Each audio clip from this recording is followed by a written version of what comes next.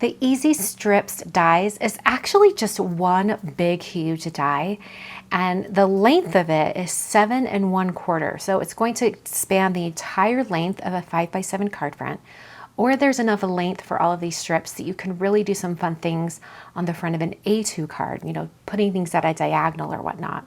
The thing that's really great about this one big, huge die is that if you want to just go through your cardstock stash and die cut a bunch of strips out of one color, you can do it all in one go. So on the back of the packaging, you can see all of the different sizes. I just took a marker and wrote these on here so that I'd remember the sizes for you. You're going to get 3 strips that are 1/8 of an inch, 3 that are 1/4, 3 that are 3/8 of an inch. Then you're going to get 2 1/2-inch strips and 2 5/8 strips.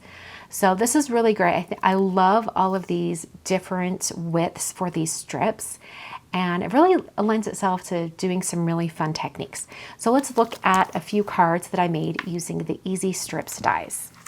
One of the first cards that I made was this one where I created my own plaid pattern.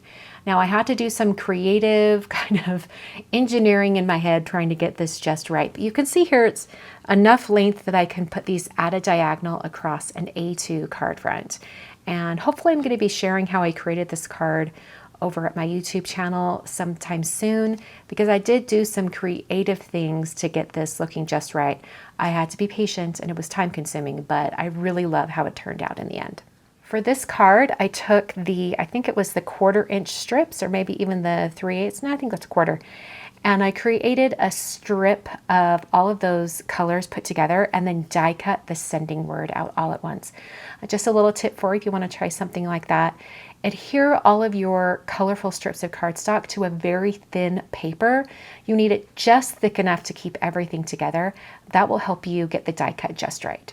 And on this third card, I took all of these little itty bitty 1/8-inch strips of all of my colors from this release and put them together on one large strip.